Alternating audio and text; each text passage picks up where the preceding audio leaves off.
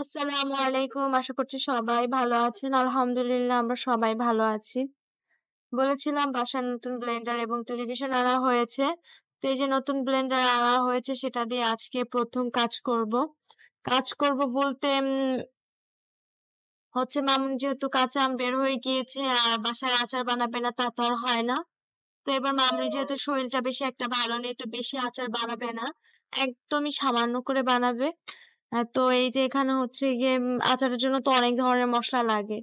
তো এই যে নতুন ব্লেন্ডার থেকে আমরা হচ্ছে গিয়ে একটা এই যে ছোট যেটা ছিল এটা বের করে নিচ্ছি। যেহেতু ১ম বার ব্যবহার করব অবশ্যই ভালোভাবে পরিষ্কার করে নিতে হবে, ধুয়ে নিতে হবে। তো এই যে সেই কাজই করছি। তো ধুয়ে মামুনিকে দিলাম আর এই যে এইদিকে মামুনি হচ্ছে গিয়ে বাসায় হচ্ছে গিয়ে পাঁচফোড়ন তৈরি করে। প্যাকেটও আনা হয়েছিল তবে প্যাকেটের পাঁচফোড়নে শুধুমাত্র ছিল মেথি, জিরা, তারপর রাঁধুনি, সরিষা এই মানে একদম অল্প পরিমাণে। আর মামুনি বাসায় যেটা বানায় সেটার মধ্যে আরো অনেক জিনিসগুলো দেয় যেরকম ধনিয়া। আর প্যাকেটের পাঁচফোড়নের ধনিয়াটা কিন্তু ছিল না। আর আচারের জন্য কিন্তু ধনিয়াটা মাস্ট, অনেক ইম্পর্টেন্ট, অনেক বেশি কাজ করে। আর আচারে কিন্তু আপনারা সবাই জানেন মেথির পরিমাণটা একদমই কম দিতে হয়, কারণ না হলে তিতা লাগবে। মেথিটা যে তিতা লাগে আমরা সবাই জানি। তো এখানে মামনি যে পাঁচফোড়নটা ঘরের মশলা থেকে বানিয়ে নিছিল সেটা হচ্ছে গিয়ে ব্লেন্ডার করে নিচ্ছে। তো এখানে মামুন কিন্তু পানি ব্যবহার করতেছে না, পানির বদলে যে সিরকা বা কি বলে ভিনেগার সেটা ইউজ করছে। তো সেটা দিয়ে বারবার হচ্ছে গিয়ে ব্লেন্ডার করে একদম এটা কিন্তু দুইবারে মিহি করে নিছে। একবার হচ্ছে গিয়ে একদম সম্পূর্ণ মিহি করে নিয়েছিল, এই যে দেখতে পাচ্ছেন একদম পেস্ট করে নিছে। আর পরবর্তীতে যেটা করছে সেটা আমি দেখানি, সেটা ছিল হাফ, মানে একদম করেনি পেস্ট। যেহেতু এটা তেলের আচার হবে তাই এই যে একদম গ্রাম থেকে আনানো খাঁটি সরিষার তেল। আর এখানে ছিল পেঁয়াজ এবং পেঁয়াজ বলে সরি, এখানে ছিল রসুন এবং কাঁচামরিচ। তো কড়াইতে প্রথমে সরিষার তেলটা দিয়ে দিছিল। আর এই যে এর মধ্যে হচ্ছে গিয়ে যে একদম আনাম যে রসুন গুলো ছিল শুধুমাত্র ছিলে রেখেছিল। আর এইটা কিন্তু আরো ২ দিন আগে আমটা কেটে নেওয়া হয়েছিল, কোনো কারণে আমের ভিডিওটা নিতে ভুলে গিয়েছিলাম, পরে মনে পড়েছে। আর এই যে এখানে সামান্য পরিমাণে আদা রসুন দিতে হবে, এটা যার যার মাপ মতো দিতে হবে। আচারে কিন্তু আদা রসুনের পরিমাণটা সবসময় কম দিতে হয়, নাহলে বেশি দিলে দেখা যাবে এটা তরকারির যে একটা স্মেল সেটা চলে আসবে। এটা যে দেওয়া হচ্ছে একটু স্বাদের জন্য আর কিছুই না। আর এই যে এখন দিচ্ছে লবণ, আর অবশ্যই লবণটা আপনারা বুঝে শুনেই দিবেন। অনেক সময় দেখা যায় যে লবণ কম বা বেশি হয়, কম হলে দেওয়া যায় তবে বেশি হলে সেই ক্ষেত্রে কিন্তু বিপদ হয়ে যায়, যেরকম আমরা আমাদের সম্মুখীন হতে হয়েছিল। তারপরে যেহেতু এটা একটু আহ কি বলে বাগাড়ি আচার টাইপের, মানে এই আচার বানাবে, আর দিয়ে দিল আমাদের যেহেতু হলুদ মরিচের গুঁড়া একসাথে মিশানো থাকে, তো সেখান থেকে পরিমাণ মতো মশলা দিয়ে দিছে। তো এইদিকে এটা হইতেছিল আর এতটা আর ভিডিও করা যায় না। ওইটা কষাইতে কষাইতে তারপর যে বাটানো মানে ব্লেন্ডার করা যে পেস্টটা ছিল সেটা হচ্ছে গিয়ে এখানে মামনি দিয়ে দিল। আর এই যে এখন হচ্ছে গিয়ে পানি দিতে হবে, তো পানির বদলে আমরা হচ্ছে সিরকা ব্যবহার করব। আচারে যত সম্ভব পানিটাকে ইগনোর করাই উচিত। আর এই যে আম কিন্তু আমরা এরকম সাইজের করে নিয়েছি, কেটে কিন্তু লবণ দিয়ে ভালোভাবে ধুয়ে মেখে মানে রেখে দিছি।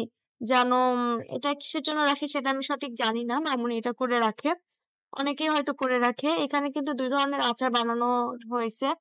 একটা হচ্ছে গিয়ে যে এটা ঝাল টক, আর একটা ছিল মিষ্টি যেটা মুরব্বা বললেও চলে। আর এই যে হচ্ছে গিয়ে দেখতেছেন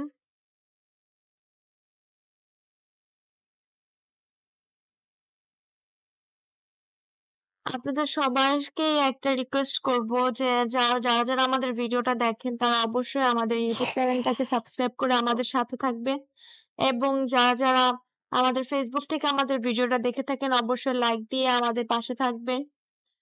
তো আর কি বলবো, এই আমের আচার রেডি হচ্ছে, তবে দুঃখের বিষয় এবছর আমি আমের আচার খাবো না।